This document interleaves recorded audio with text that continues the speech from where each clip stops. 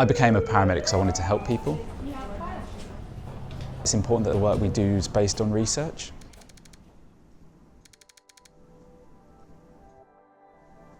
Through research, the work that you do can potentially have an impact on, many more people. I think what often puts people off is the term academic.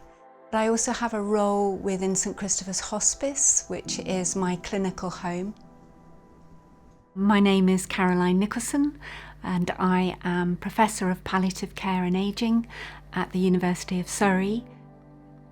Clinical academic practice at its heart is curiosity to be both builders of our evidence as well as good implementers of evidence. So now I'm driving back to the university. Now I'm going to transcribe the interview. My name is Novia. My job title here is postgraduate researcher. So my PhD research is weight management for people in a secure mental health setting. So I've got this belt, whenever you go into a secure mental health setting, so you will have a kind of an alarm thing. If there is anything happening, then you have someone to just come. And then I've got a kind of audio recorder, so trying to record what I'm going to interview the service users, the nursing staff. It looks like a very basic one. My background is mental health nursing and CBT therapist. Newly qualified, I've thought of research is someone that will maybe potentially more intelligent. Saw internal email saying that there is an opportunity. I was like, okay, why not give this a try? Over 80% of the people who are in this secure mental health environment are overweight. Antipsychotic medication induce increased appetite, so it's a problem. So this is a guide that is coming from the interview data that I've got from the service user and the nursing staff. So I've interviewed them thinking about what do you think about the weight management in the secure unit. So this part is about the challenges that they have in the secure mental health hospital, and this is what they have talked about, what could help them while they're living in this secure setting. And then at the end we will draw up a care plan. We are all thinking about evidence-based practice. The other thing that I like about research is you will meet quite a lot of different people who will have their own different projects. It's an environment where you will be hearing a lot of different ideas. It's very encouraging, it's very supportive. It feels like a part of this PhD community here where everyone's sort of in it together. In-person events here have really made a great community for PhD students, especially in the health sciences.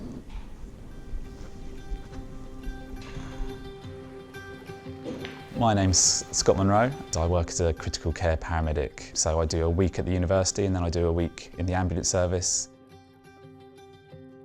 It changes things up and keeps things fresh. At Surrey, I'm a lecturer, so I do research and some teaching.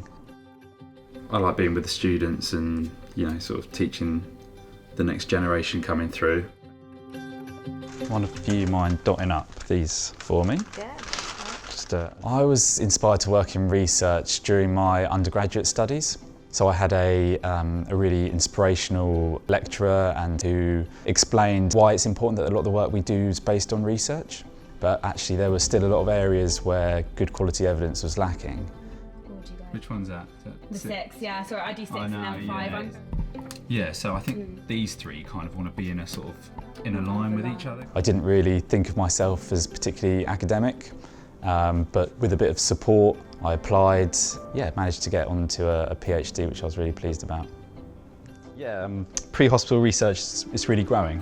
In recent years, there's been a lot more paramedics getting involved in research. So we've just finished the See It trial, which was evaluating the use of 999 callers using their smartphones to provide real-time video feed to the ambulance control room, potentially save lives. There are some amazing minds here at the university. To be involved in their work or to have them involved in my work is a real privilege. So the funding for my PhD was through NIHR, so Health Education England and the National Institute for Health and Social Care Research. My name's Sarah. I'm a clinical academic nurse. My research was how can we enable older people living with frailty to engage more with advanced care planning. So advanced care planning is generally, if you were to lose mental capacity to have conversations, what would you want your future care to be like? There aren't many universities that strongly push clinical academic careers, and Surrey is one of the ones that does.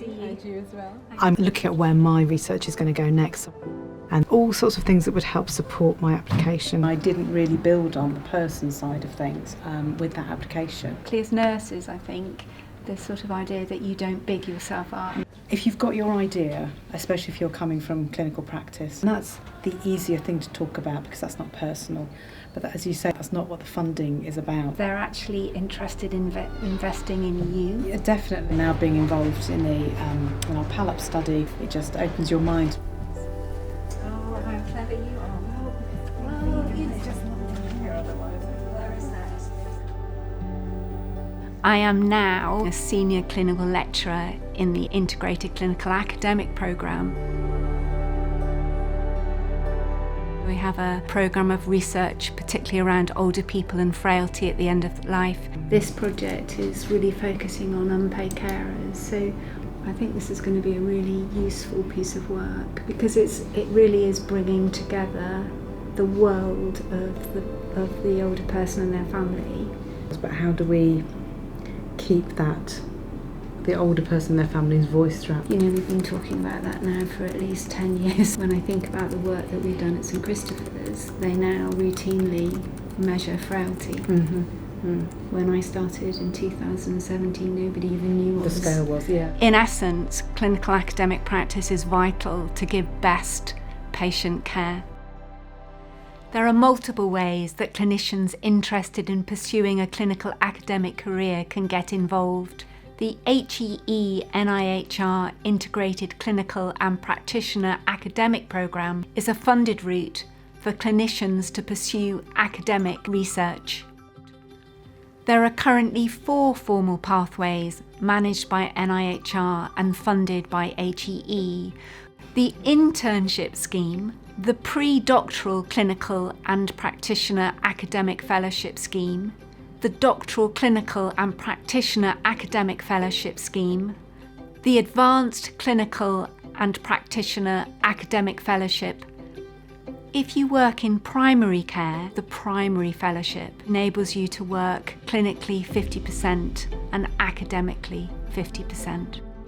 You can impact hundreds of people, thousands of people, millions of people. The work that you do can potentially have an impact on, many, many more people. If you do have like a problem that you identify or like a passion that you wanted to do, maybe consider research.